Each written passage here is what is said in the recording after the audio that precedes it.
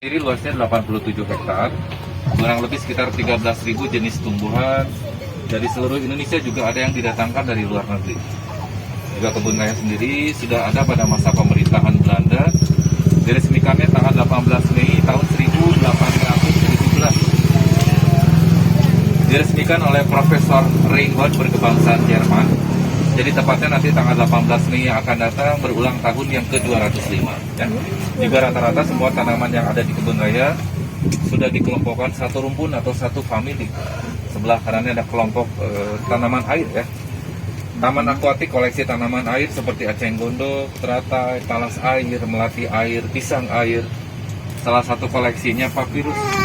Papirus ini adalah bahan baku membuat kertas yang sudah digunakan pada zaman Mesir kuno. Dia bentuknya seperti rumput ilalang, tinggi-tinggi. Nanti kita lewati koleksi palem-paleman, samping kanan kirinya ada palem laut atau palem raja, palem merah, palem botol, palem kipas, palem duri. Juga ada salak, sagu, kelapa sawit, dan kurma yang masih satu rumpun dengan palem. Koleksi kurmanya sebelah kiri, ya, ada pohon kurma, yang di Sangga Besi juga pohon kurma. Namun tidak berbuah kan, karena beda iklim, beda habitat. Ini kita lewati jembatan, di bawahnya sungai atau kali Ciliwung. Jadi sungai Ciliwung ini membelah dua bagian kebun raya Bogor. Ada sisi utara dan sisi selatan.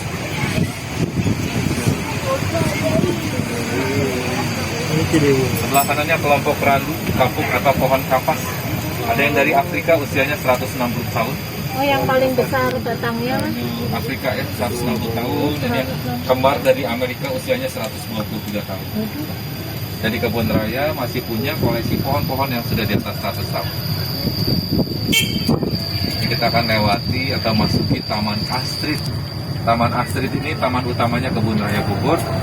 Nama Astrid sendiri diambil dari nama Ratu Belgia bernama Ratu Astrid yang pernah berkunjung ke kebun raya Bogor tahun 1928. Sebagai bentuk apresiasi dinamakan Taman Astrid. Salah satu koleksinya sebelah kanan ada teratai raksasa ya. Giant Lotus. Teratai raksasa ini berasal dari sungai Amazon Brazil.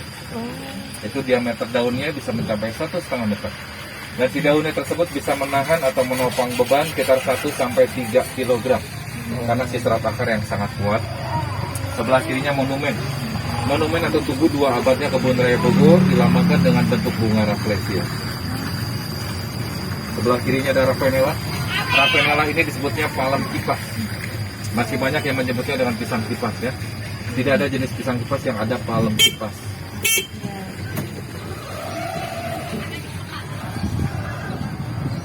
Kita lewati jalan Astrid. Sepanjang jalan Astrid, samping kanan kirinya koleksi pohon damar. Pohon damar ini getahnya yang biasa dimanfaatkan untuk membuat bahan cairan cat, lilin, resin atau thinner. Juga kayunya yang diproduksi untuk membuat batang korek api, kayu bakar, juga dupa ya, damar.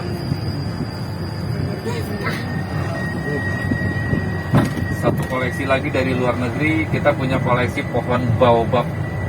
Bentuknya bercabang luas seperti tanaman bonsai ya, sebelah kiri agak sedikit di dalam. Pohon baobab ini berasal dari Madagaskar, Afrika.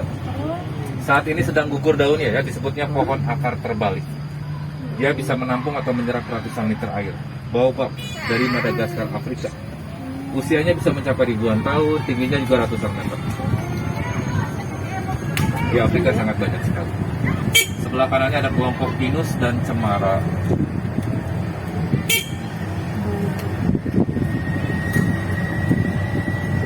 Cemara bentuk daunnya berulir. Kalau pinus daunnya pipih melebar atau menyebar seperti daun. Kita lanjut bergeser ke orchid atau anggrek.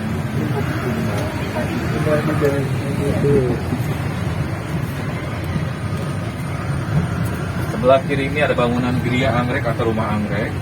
Untuk koleksi anggreknya sendiri, kebun raya yang tercatat saat ini sekitar 421 jenis anggrek dari seluruh hutan Indonesia. Mungkin yang sering umum dikenal seperti anggrek bulan, anggrek dendro, anggrek hitam, anggrek macan atau anggrek raksasa dari Papua. Juga masih banyak koleksi-koleksi anggrek langka lainnya. Juga ada bangunan barunya di belakangnya, ada laboratorium anggrek. Juga ada glass house atau rumah kaca anggreknya. Kalau anggreknya bisa dimasukin mas, rumah kaca anggreknya. Bisa, tapi belum dibuka sih. Oh belum. Yang ini bangunan barunya belum dibuka atau belum diresmiin sama Pak Jokowi. Oh. Yang di depan tadi Giri Anggrek bangunan lamanya baru direnovasi, jadi belum bisa dimasukkan. Nggak bisa juga. Belum bisa. Paling setelah Lebaran seperti itu. Ini pembenihan. Bibitnya ya, Pembenihan, anggrek. betul. Pembibitan anggrek. Jadi ada anggrek yang dari hutan, kita teliti dulu di laboratorium.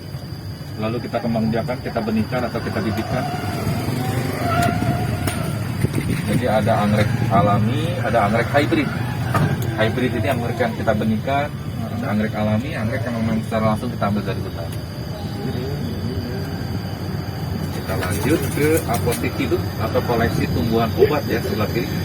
Koleksi tumbuhan obat-obatan seperti eukaliptus, kayu putih, sambiloto, bluntas, bunga katakiri, jahe sirih, kunyit, tengkuas, kapulaga, temulawak, pisang.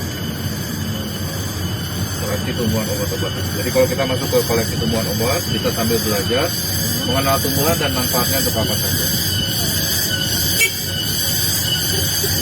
Ada kayak kursusnya gitu mas, kursus singkat gitu. Ada edukasi, biasanya sih bercocok tanam. Sebelah kanannya Taman Sujana Kasan. Sujana Kasan ini orang Indonesia kedua yang menjabat sebagai Direktur Utama Kebun Raya Bogor ya, Bapak Sujana Kasan. Sebelah kirinya nursery atau tempat pembibitan. Jadi semua tumbuhan yang ada di kebun raya kita punya bibit tulangnya. Salah satu koleksi yang langka kita punya Rafflesia di bagian dalam. Namun saat ini sedang tidak mekar ya, Rafflesia. Sebelah kanan di depan salah satu koleksi pohon beringin. Pohon beringin ini ditanam sama presiden pertama kita ya, sama Pak Soekarno tahun 1960. Kita lewati kembali sungai atau kali Ciliwungnya.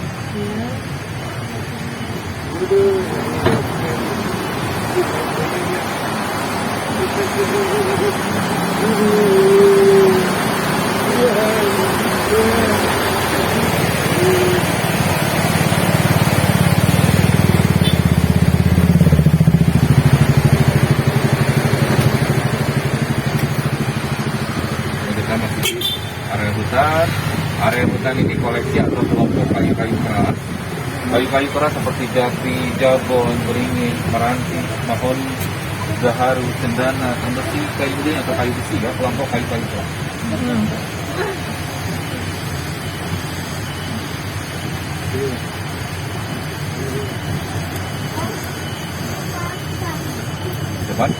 Di depan kita ini ada dua pohon besar, dinamakan atau disilakannya pohon jodoh. Pohon apa? Jodoh, Oh iya. disebutnya pohon jodoh. Dinamakan pohon jodoh karena ditanam secara bersamaan dari jenis yang berbeda. Sebelah kanannya beringin putih dari Malaysia, yang sebelah kirinya meranti dari Sumatera. Masing-masing berusia 156 tahun. Besarnya sama ya? Sama. Bentuknya sama, nah, hanya beda warna aja sih. Beda warna. Sekilas bentuknya sama tapi beda jenis. Itu ada plat merah ya. Plat merah ini menandakan pohon sudah di atas 100 tahun. Plat merah ini tahun penanaman. Rata-rata di tahun 1800 sekian. Dapatnya kelompok-kelompok meranti, cendana, gaharu ya. Gaharu ini paling mahal ya, kayu paling mahal. Di Indonesia, bahkan di dunia diakui. Karena apa mas masalahnya? Dari getahnya sama kayunya itu lumayan, fantastis harganya. Dari getahnya bisa dijadikan untuk minyak wangi. Kalau di Arab itu laku minyak wangi. Terus kayunya juga bisa dibikin tasbih, gelang, wangi karena Wangi. Kayak cendana tuh. ya, mirip, tapi lebih mahal gaharu. Lebih mahal. Indonesia paling mahal gaharu. Sebelah kiri ya, baru roboh sekitar 4 bulan yang lalu. Ini pohon keluwik, usianya 160 tahun karena hujan angin tumbang.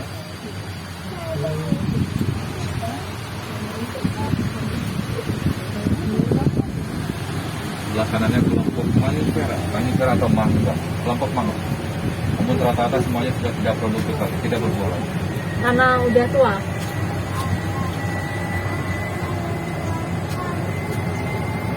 Sebelah kanan di depan ini koleksi kenari, kacang kenari. Oh. Tahu ibu kacang kenari? Iya. Yang suka dibikin topping semua ya. Oh. Kacang kenari. Kenari raksasa dari Maluku. Usianya 167 tahun.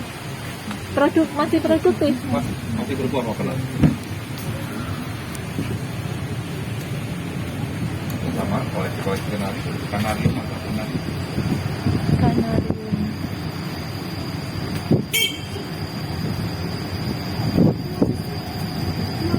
Mas kalau hutan gini makin lama makin rimbun ya, kalau dia bijinya jatuh terus tumbuh gitu, dibiarkan alami berarti.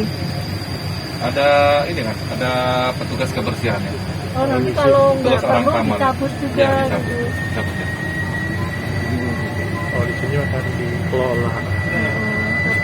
Kalau di hutan baru. Kita kembali lewati koleksi palem. Kita bergeser ke Taman Meksiko untuk koleksi kaktus. Oh, iya.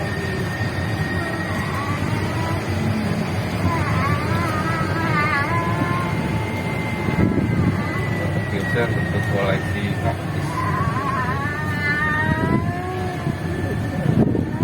Taman akuatik yang tadi lewat.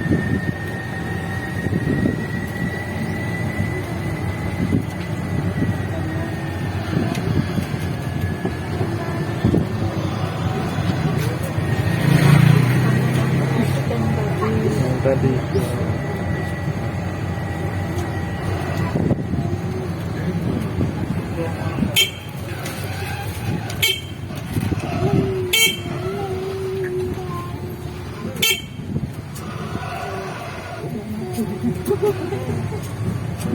Sebelah kanan pandanus atau pandan duri, pandan laut ya. Pandan laut ini daunnya yang suka dibikin tikar, topi, tas, anyaman-anyaman ya. Dia salah satu tanaman mangrove, temannya bakau atau temannya bakau ya. Di pesisir pantai atau di rawa-rawa dia biasa ini. Ini kita masuki Taman Meksiko untuk koleksi kaktus. Beda sama pandan ya mas, meskipun namanya pandanus gitu, beda kelas sama Beda. pandan. Beda. Ada pandan wangi kan yang untuk makanan, kalau ini pandan laut, ada pandan duri, ada pandan matahari, banyak sih. Pandan ini banyak. Nah ini Taman Meksiko koleksi kaktus. Dari kaktus sendiri juga banyak. Ada yang bentuknya bergerigi, ada yang tegak-tegak lurus, ada yang bentuknya tipis-tipis. Ini ada euphorbia bentuknya bergerigi, Iya. ceres yang tegak-tegak lurus, ada yang bentuknya tipis-tipis opuntia. Ini ada sensifera agave atau lidah mertua. Kaktus tulang, kaktus roda, kaktus naga, kaktus pir, kaktus centong, kaktus mawar, banyak sih kaktus. Tapi ini bukan asli Indonesia ya, berarti ya? Dinamakan Taman Meksiko karena memang sebagian besar berasal dari Meksiko.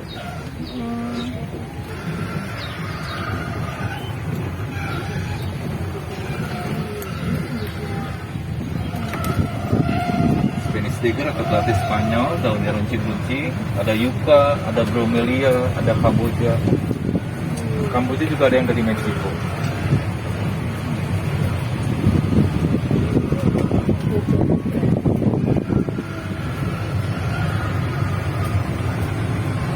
Juga ada fosil pohon yang sudah terkubur sekitar 800 tahun yang lalu ya.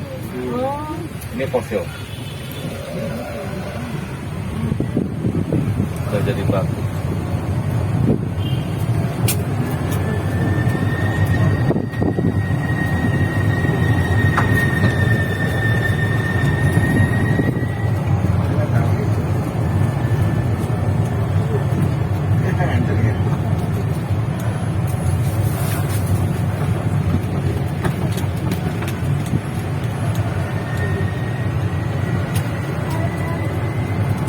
Terakhir kita lewati koleksi bambu, juga ada bulan Belanda.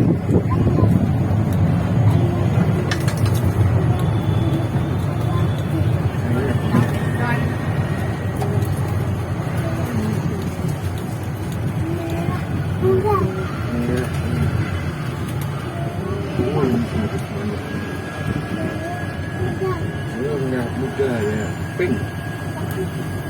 Muda, pink.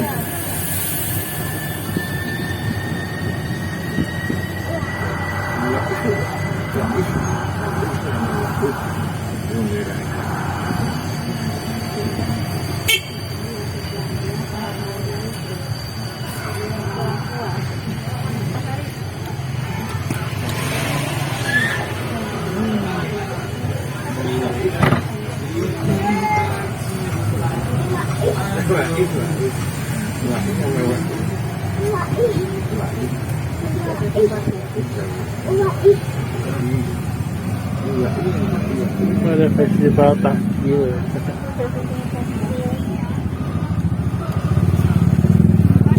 Sebelah kirinya ada grup.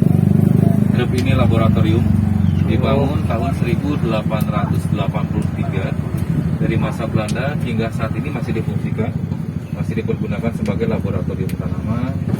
Salah satu lab tertua se-Asia Tenggara. Sebelah kanannya ada meja. Di sana beli tiketnya di sana di perempatan. Tidak bisa di jalan ya. Ada Melchior. Melchior ini dulunya rumah singgah atau vilanya gubernur Belanda. Dibangunnya selisih 1 tahun 1884. Sebelah kanannya ada mini forest atau hutan kecil.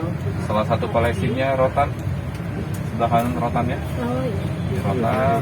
Rotan ini tanaman rambat berduri. Dia ada duri. Dia tumbuhnya ke atas mencari sinar matahari ya. Rotan ini yang biasa dimanfaatkan untuk membuat meja, kursi, bola hook, bola takral, tongkat. Harganya mahal karena memang cukup rumit untuk proses pembuatan.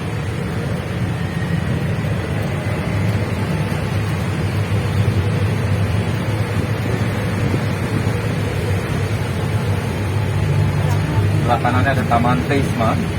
Johannes Elias Teisman, salah seorang ahli tanaman yang berjasa sebagai pengelompok tanamannya. Jadi rata-rata semua tumbuhan di sini sudah dikelompokkan oleh beliau, satu suku, satu famili atau satu rumputnya. Johannes Elias Teisman berkebangsaan Belanda. Samping kanan kiri jalan di sana, kolam laut atau kolam serdang. Di depan koleksi bambu, kurang lebih sekitar 32 jenis bambu dari Asia Tenggara. Ada jenis bambu pembungkus lemang, bambu lemang. Ada bambu kuning, bambu kerdil, bambu ulir, bambu apus, bambu hitam, bambu raksasa atau pring petung-petung.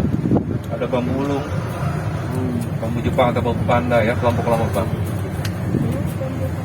Bambu ini memang bentuknya sama, namun beda fungsi dan manfaat.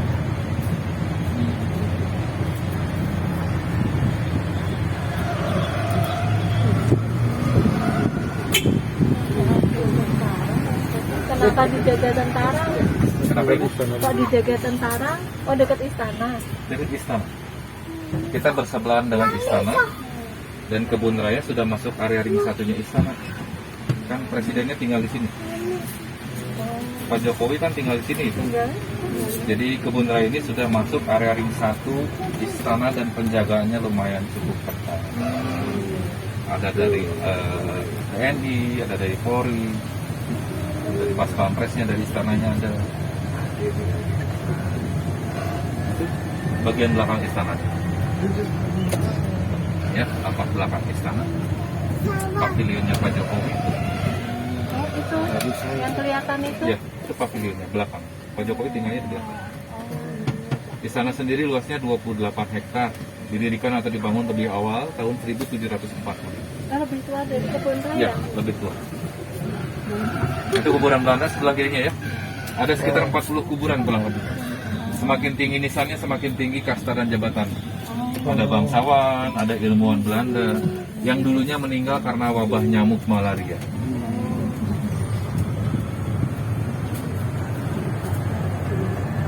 Kalau istananya tuh bisa dimasukin nggak sih, Mas? Nggak bisa. Bukan Nggak bisa. objek wisata ya? Memang bukan objek wisata. Satu bukan tempat wisata, satu tidak terpisah memang dengan kebun raya. Jadi kalaupun memang mau ke istana itu biasanya hari-hari tertentu dan harus rombongan sih, nggak bisa seorang dua orang. Bambu raksasa sebelah kanan ya, pring betung. Bambu raksasa ini paling cepat pertumbuhannya, 15 cm sampai 20 cm per harinya. Jadi anak rebungnya itu tumbuhnya per harinya 20 cm. Dia cepat.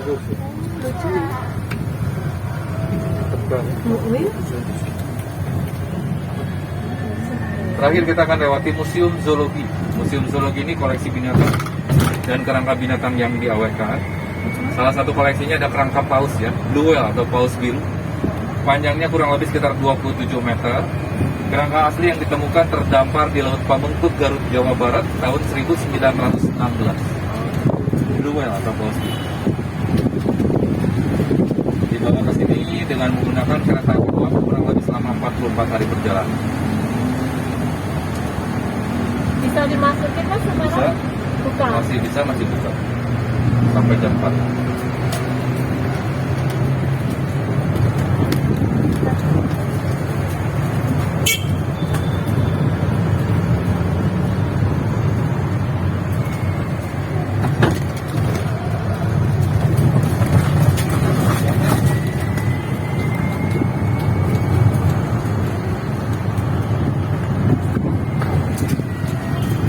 Museumnya sebelah kanan depannya. Yang terlihat salah satu koleksinya kerangka paus. Ya, ini kerangka asli ya sebelah kanan. Kayak Dalamnya kayu masih banyak, ya. ya. Koleksi-koleksi lainnya di dalamnya museum zoologi, koleksi binatang dan salah satu binatang yang dialihkan.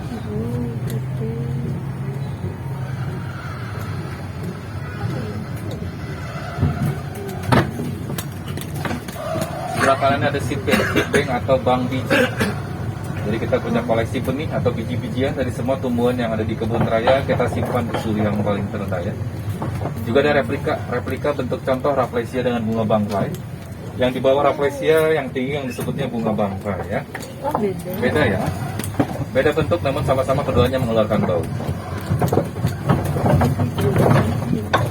Kalau yang Arnoldi itu yang pendek yang tinggi. Yang di bawah yang pendek. Yang pendek.